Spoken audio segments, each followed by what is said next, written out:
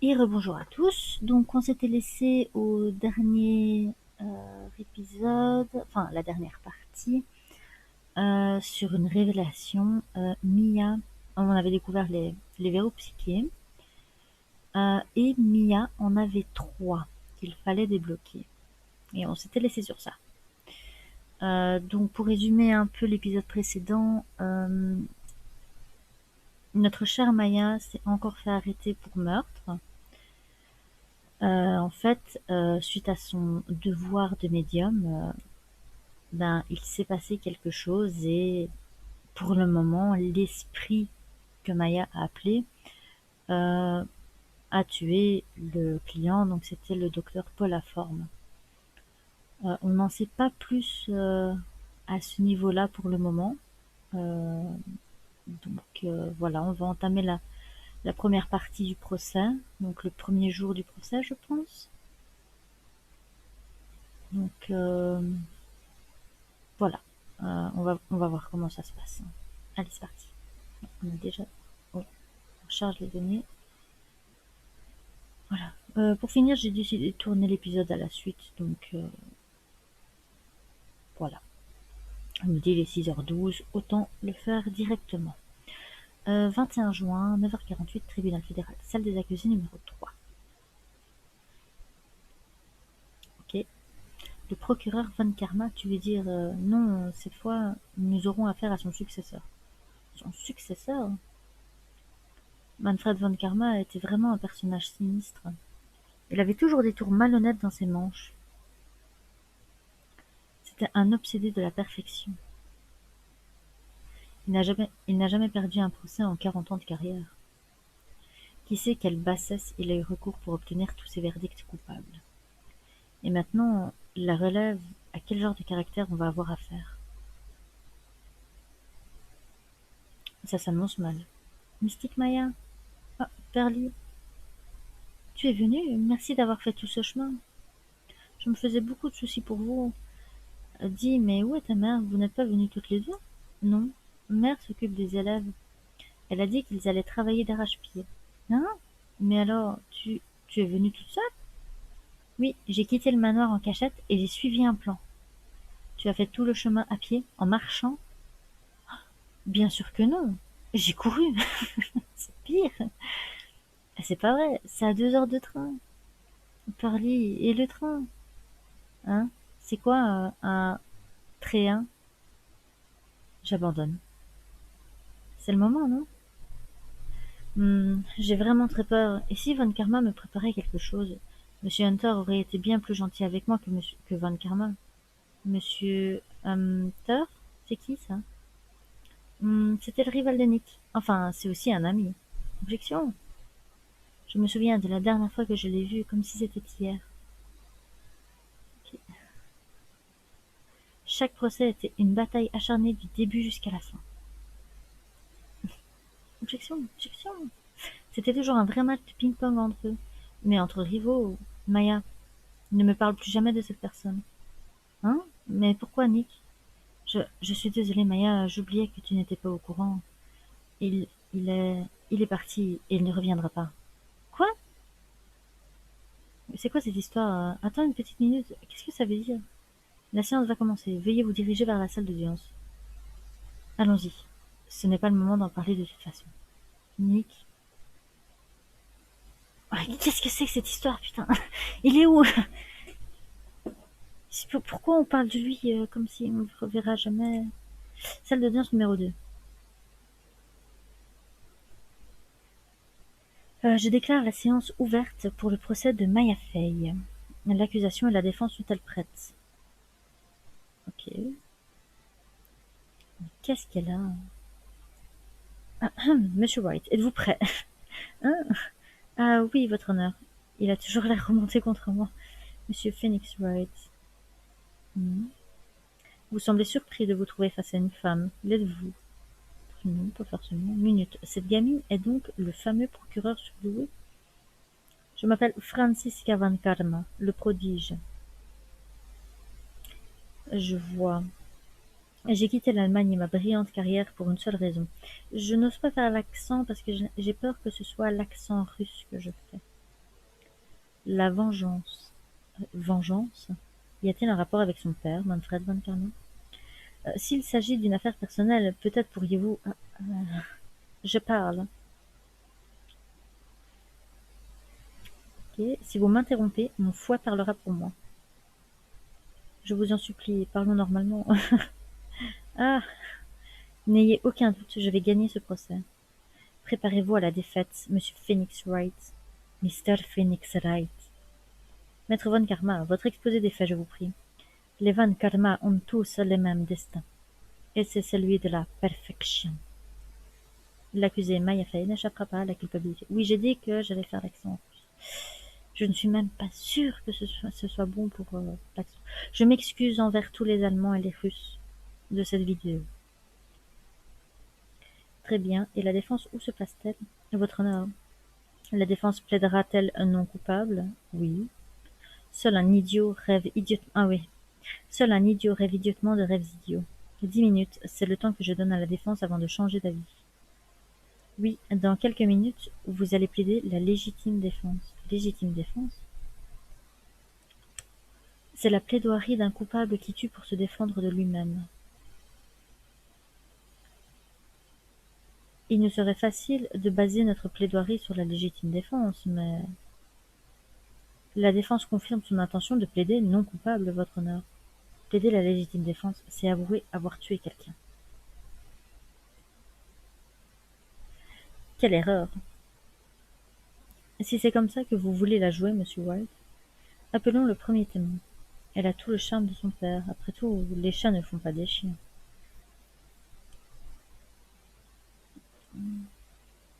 Ouais, c'est vrai qu'elle fait les mêmes mimiques.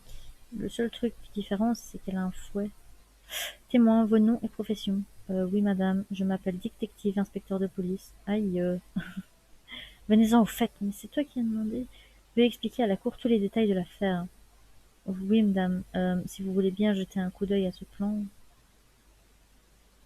La chambre de Channeling n'a pas de fenêtre, et la porte était fermée à clé. Au moment du meurtre, seuls l'accusé et la victime se trouvaient dans la pièce. Et qu'y faisaient-ils à ce moment-là? Ils étaient en pleine séance de channeling, monsieur. De channeling? Le visage du juge témoigne de l'incrédulité la plus totale. Quoi qu'il en soit, après seulement quelques minutes, les témoins ont entendu des coups de feu provenant de l'intérieur de la pièce. Quelques témoins ont forcé la porte et se sont précipités vers l'intérieur. C'est là qu'ils ont découvert que la victime était déjà morte. C'est bien ça? C'est une des affaires les plus claires qu'il m'ait jamais été donné de présider. Plan ajouté au dossier de l'affaire. Et de quoi la victime est-elle décédée? J'étais sur le point de vous en parler. Alors arrêtez de nous faire perdre notre temps. Cause du décès. La victime est morte d'un coup de feu dans le front. Le coup a été tiré à bout portant. Mais avant ça, la victime a été poignardée dans la poitrine. La blessure était grave, mais n'a pas causé la mort instantanée. Le meurtrier s'est servi du revolver pour achever la victime. La victime a donc été poignardée avant d'être achevée au revolver. Voici le rapport d'autopsie, monsieur. Rapport d'autopsie ajouté au dossier. Fini par balle dans le front à bout portant après avoir été poignardé. La cour accepte cette pièce à conviction. Le témoin est à vous. Euh...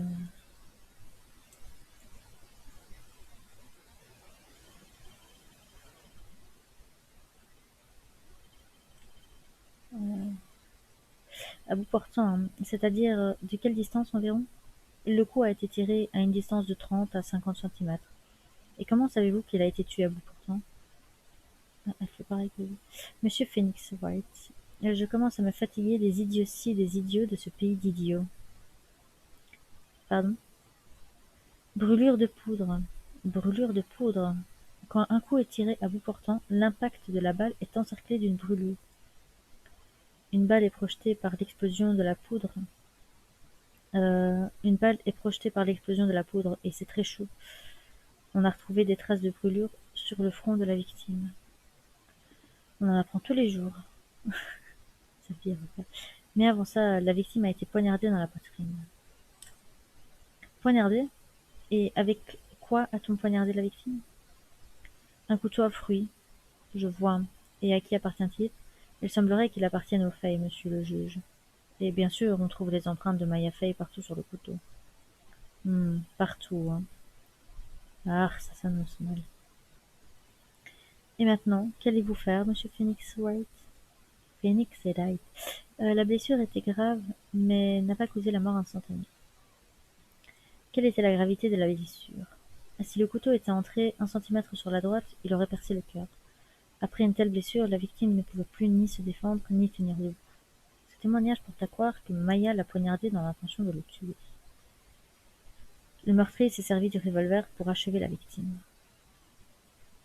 Êtes-vous sûr que la victime a été poignardée, puis finie par balle? Ouais, je suis absolument certain. Un coup d'œil aux blessures, et vous en auriez tiré la même conclusion. Seuls les idiots écoutent l'opinion idiote des autres idiots. Un coup de revolver tiré à bout portant cause une mort instantanée. Alors qu'importe le coup asséné en premier? Veuillez réfléchir un peu avant d'ouvrir le bec. Ah, j'ai déjà envie de lui tordre le cou. Jusqu'ici, rien d'anormal. Je vais me concentrer sur les armes du crime pour l'instant. La victime est morte d'un coup de feu dans le front. L'arme du crime, inspecteur détective, le revolver, à qui appartient-il? C'était celui de la victime. De la victime? Mais pourquoi portait-il un revolver sur lui? Peu importe. Ce qui nous intéresse, c'est à qui appartiennent les empreintes sur ce revolver. Alors, concentrez-vous sur ce qui est important. Des empreintes digitales? On a trouvé des empreintes digitales?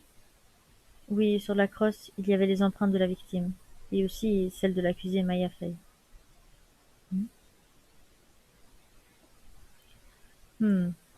Donc les empreintes de l'accusé ont été trouvées sur l'arme du crime. Je suis tombée dans son piège. Ça suffit. Nous savons désormais exactement comment la victime a été tuée. Je vous ai amené les 2 armes du crime. Soyez-en remerciés. La cour accepte ces pièces à conviction. Ces pierres. Arme du crime. 2 coups ont été tirés, empreintes de Maya et du docteur à forme. Couteau ajouté au dossier de l'affaire. Arme du crime. Petit couteau à fruits appartient aux Fey, empreinte de Maya. La mort remonte au 19 juin à 15h15. Nous avons des témoins qui ont entendu des coups de feu tirés à ce moment-là. Et les 2 armes du crime portent les empreintes de l'accusé? Voilà une affaire a priori plutôt facile. Naturellement. Ça va de mal en pis. Cette récapitulation simplifie tout à outrance. Votre honneur, n'hésitez pas à vous servir de votre petit marteau. Après tout, l'affaire ne fait aucun doute, n'est-ce pas?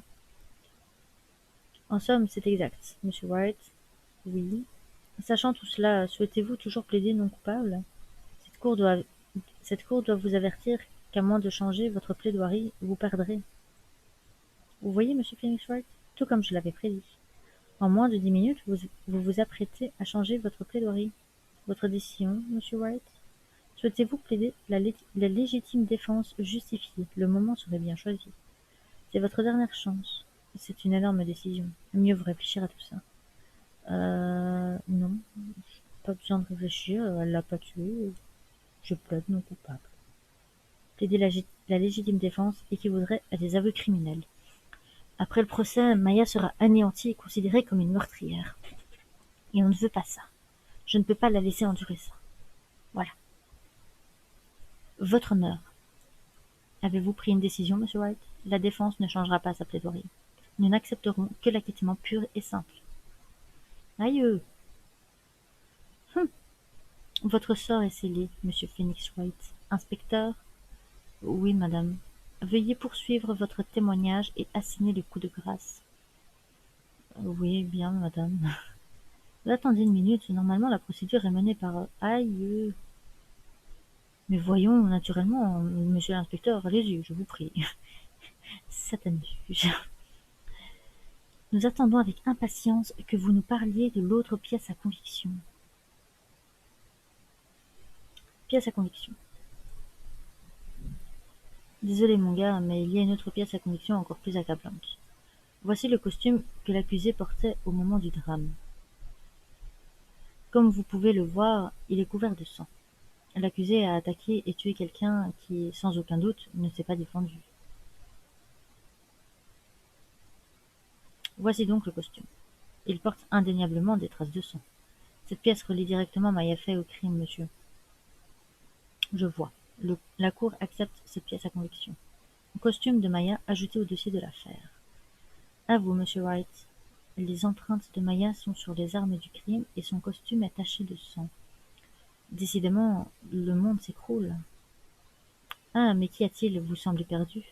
Je pense que c'est la dernière pièce à conviction que nous présentons à la Cour. Allez donc vous cacher dans un coin, monsieur Phoenix Wright. Ne dites pas mon nom comme ça me perturbe. Pièce à conviction.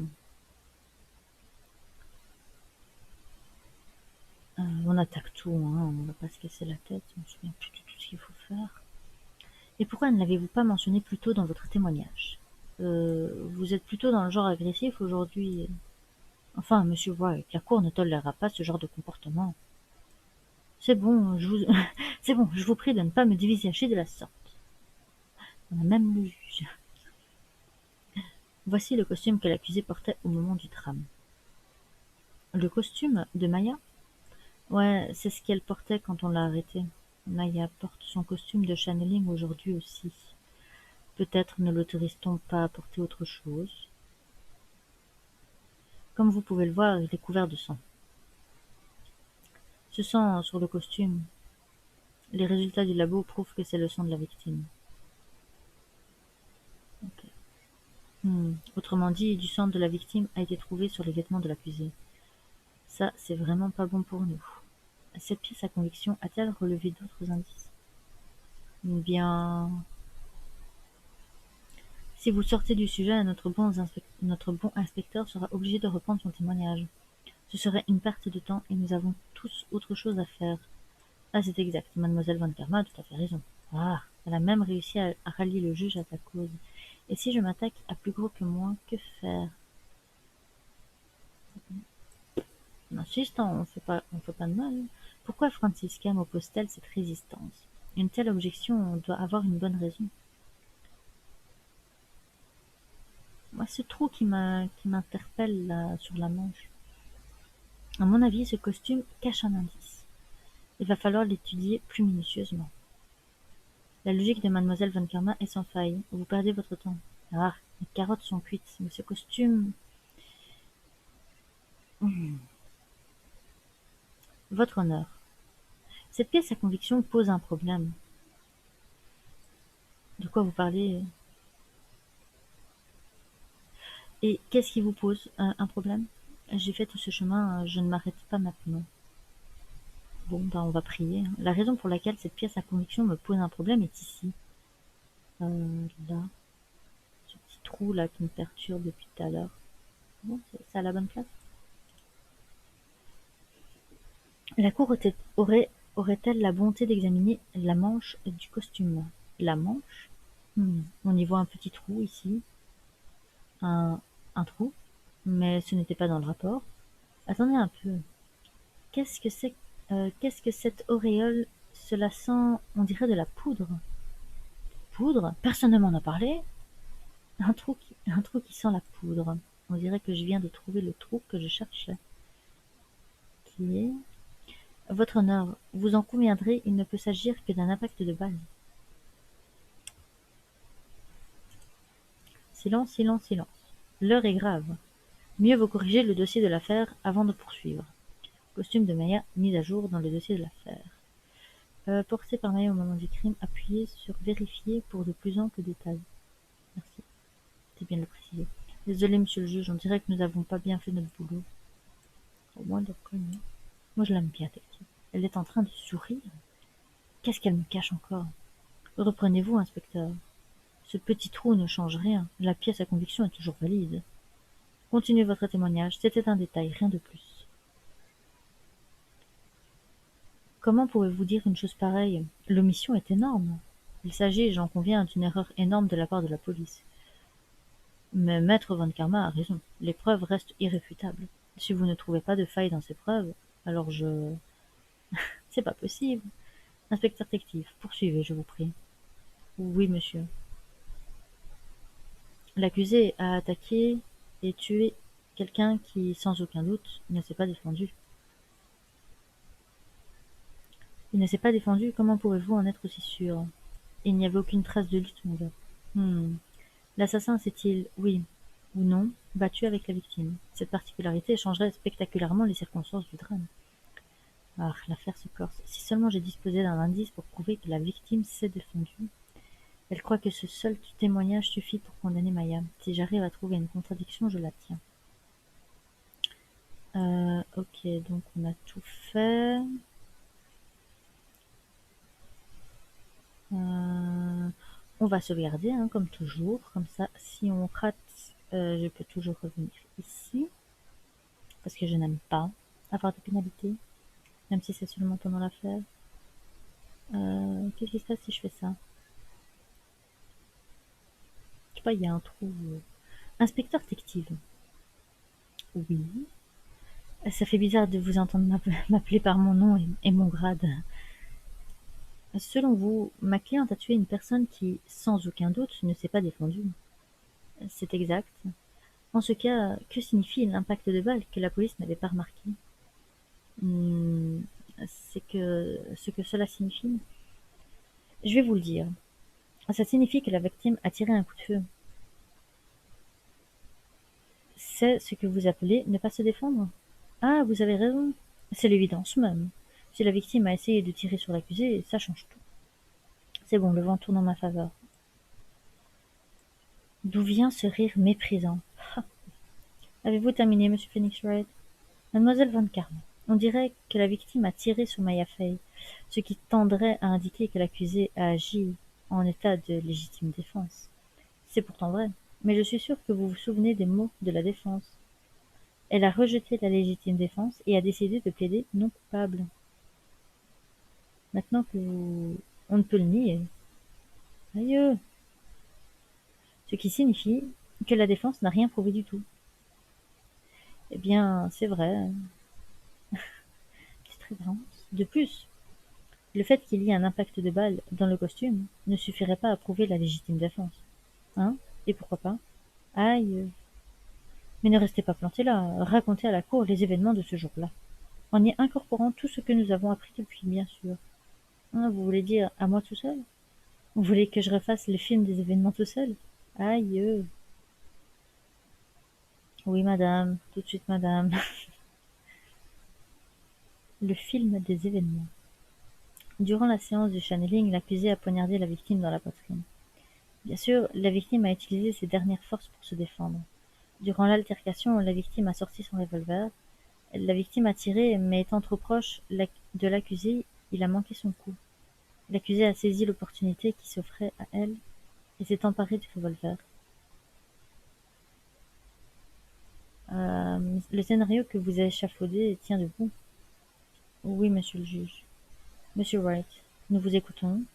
Plus je les écoute, plus leur version se tient. Je n'ai pas l'intention d'abandonner pour autant. Veuillez vous abstenir de me dévisager de la sorte. Écoutons votre contre-interrogatoire. Le film des événements. Durant la séance de channeling, l'accusé a... Ouais, ok, on va attaquer tout. Je me souviens de rien. La différence de taille entre le docteur Informe et l'accusé est évidente, non? Sans parler de la force physique. Comment aurait-elle pu poignarder la victime?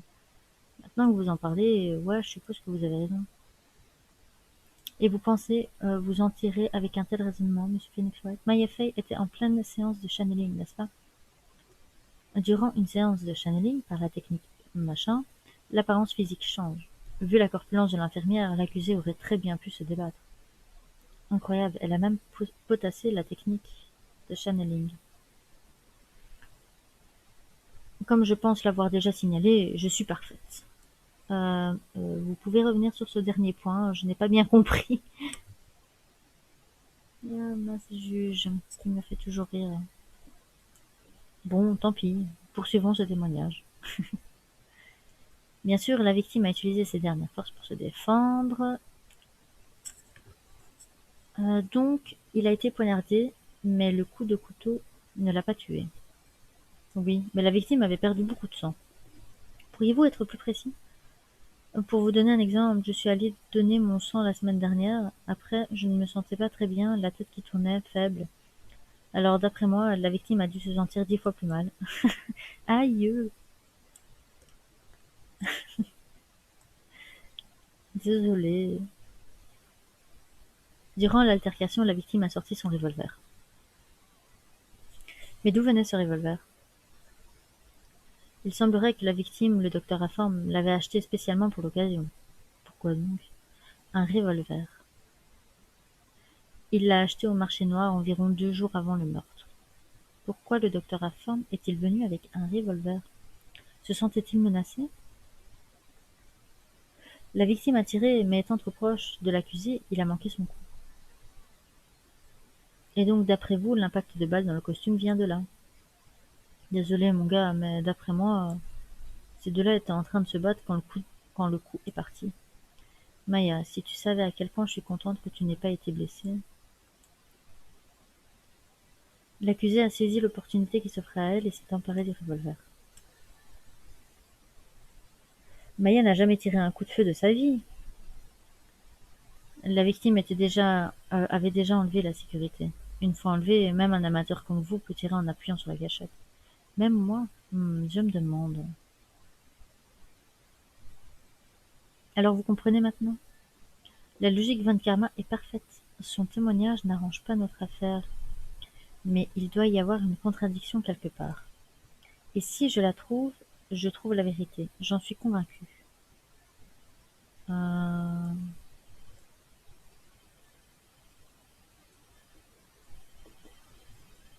Ok. Oh pardon, rive vos oreilles. Euh...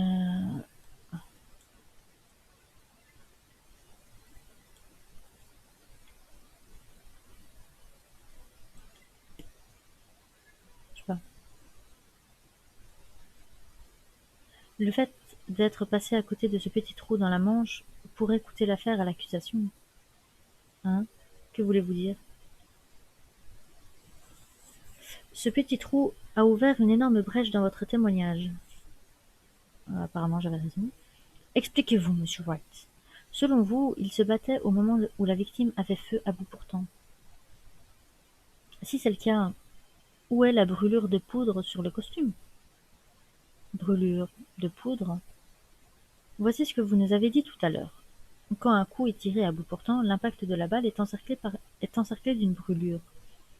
Oh, et pourtant, ce costume ne porte pas la moindre brûlure. La moindre brûlure de poudre. Ce point est plus que valable. Et qu'est-ce que cela signifie exactement? C'est simple. Au moment du coup de feu, ils se tenaient à l'écart l'un de l'autre. Je suis déçu, monsieur Phoenix Wright. C'est avec ce genre de raisonnement que vous pensez défier ma logique? Avec ce genre de réflexion, n'importe qui peut expliquer n'importe quoi. En ce cas, je vous en supplie, montrez-nous que je me trompe. Voyons. Alors qu'ils étaient en train de se battre, la victime a poussé l'accusé, tandis qu'ils étaient loin l'un de l'autre, il a tiré. Qu'en pensez-vous? C'est pas logique. Comme si c'était possible. D'après le témoignage, le couteau a causé une blessure très grave. La victime n'aurait pas pu pousser l'accusé très loin après ce coup de feu. Ah. Bon, eh bien... Oui, c'est l'accusé qui a poussé la victime. Après l'avoir poignardée, elle a dû s'éloigner un peu du docteur. Et tandis qu'elle s'apprêtait à le poignarder à nouveau, le docteur a tiré. Voilà, ça devrait vous satisfaire. Envisagez sous cet angle, c'est très possible. Qu'en pensez-vous, monsieur White? Attention, je n'ai pas le droit à l'erreur sur ce coup. Oh là là. Concentration et réflexion.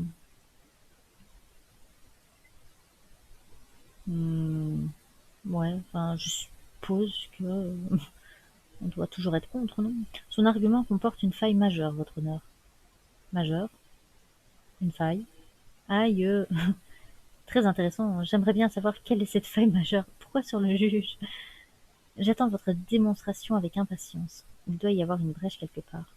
Après l'avoir poignardé, elle a dû s'éloigner un peu du docteur.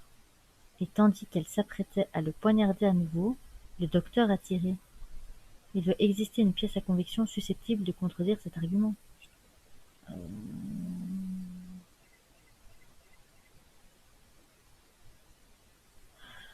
Prions, pauvre pêcheur. Non, non, non, non. Prions, pauvre pêcheur. Voici la pièce à conviction qui remet en cause votre logique. De quoi s'agit-il? D'un paravent? J'attire l'attention de la cour sur le trou visible sur ce paravent. Ah. A priori, vous savez déjà où je veux en venir. Quoi? Qui? Comment? Monsieur Wright, nous vous écoutons. C'est pas possible, il faut tout leur dire à ces deux-là. D'abord, la balle a traversé le manche de l'accusé, puis le paravent. Elle est passée à une hauteur d'environ 12 centimètres du sol. Donc, au moment du coup de feu, Maya, je veux dire l'accusée, ne s'apprêtait pas à frapper, au contraire, elle s'était accroupie par terre. Silence, silence. Cela change tout. Veuillez examiner ce croquis du lieu du crime. La victime, le docteur informe, se tenait ici au moment du coup de feu, et la balle a traversé ce paravent, à cet endroit, à environ 12 centimètres du sol. À ce moment-là, l'accusé se tenait ici, juste devant le trou, quelque part par là, à peu près par là. Le juge tire une tête, on dirait qu'il vient de sentir sa propre haleine. Attendez, j'ai oublié mes ablutions matinales, je vais me rafraîchir. C'est cela, oui. En m'attendant, réfléchissez à tout. Bon, ben j'ai un point de pénalité. Mais c'est trop précis ce truc. Mieux vaut se concentrer sur l'endroit où se trouvait Maya au moment du crime.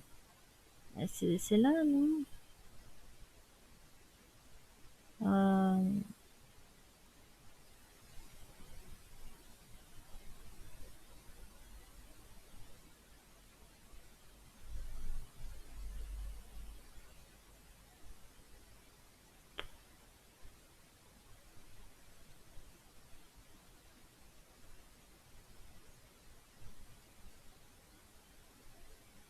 Si?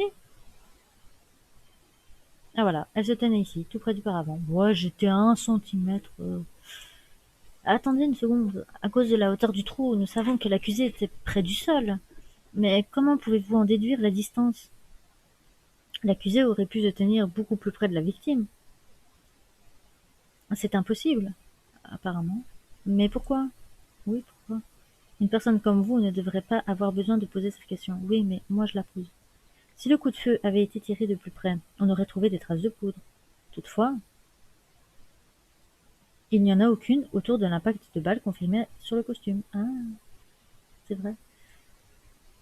Que le diable vous emporte, Phoenix Wright, espèce de... Je pense que nous savons désormais que l'accusée se tenait à l'écart de la victime quand elle a été prise pour cible. Pensez-vous pour autant que la situation de l'accusé a changé? Oui, théoriquement. Comment, votre honneur? Mais cela change tout. À en croire l'accusation, l'accusé avait l'intention de tuer d'un coup de couteau. En ce cas, donner le coup de grâce au couteau aurait parfaitement convenu. Toutefois, où se trouvait l'accusée et que faisait-elle au moment des faits? Accroupie à côté du paravent? Exactement. Si Maillafet est notre assassin, pourquoi se tenait-elle près du paravent au lieu de s'apprêter à attaquer? Grrr. Tout bien considéré, cette hypothèse ne tient pas debout. Ouais, je me doutais bien qu'il devait y avoir une raison logique. De là, je vous jure. Comprendre et prouver la logique déterminante, c'est votre travail, non? Oh, il est pas content. C'est bon. Cette petite démonstration devrait mettre le procès à notre... euh, Ah, j'ai parlé trop vite. Vous êtes un petit, vous êtes un petit futé, monsieur Phoenix Wright. Quand je pense que ce cas était complètement désespéré, c'est du bon travail. Je comprends pourquoi papa a eu tant de problèmes avec vous. Vous êtes mignon. Louche. Horreur. Elle a aussi hérité de son sourire narquois. Inspecteur, comment osez-vous remettre en cause ma parfaite logique? Hein? Mais pourquoi c'est de ma faute? Déjà, débarrassez-vous de cette barbiche à 3 poils et un peu de tenue, que diable. Oh, et vous ne perdez rien pour attendre. Je vous réserve une belle punition. Punition? Eh bien, votre honneur, je pense que nous avons assez vu la tête de cet inspecteur. Il est temps d'appeler le témoin suivant. Le témoin suivant, c'est sûrement Eva. Comme vous voulez. La cour se retire pendant 5 minutes. À notre retour, nous écouterons le témoignage du témoin suivant. Et voici la fin de la deuxième partie de notre épisode 2. Oui, c'est pas encore fini, mais on arrive quand même à plus ou moins nous défendre. Maintenant, il va falloir voir avec le témoignage de Eva comment ça va se passer. Je vais sauvegarder et arrêter l'enregistrement ici. Je vous dis à la prochaine. Bye bye.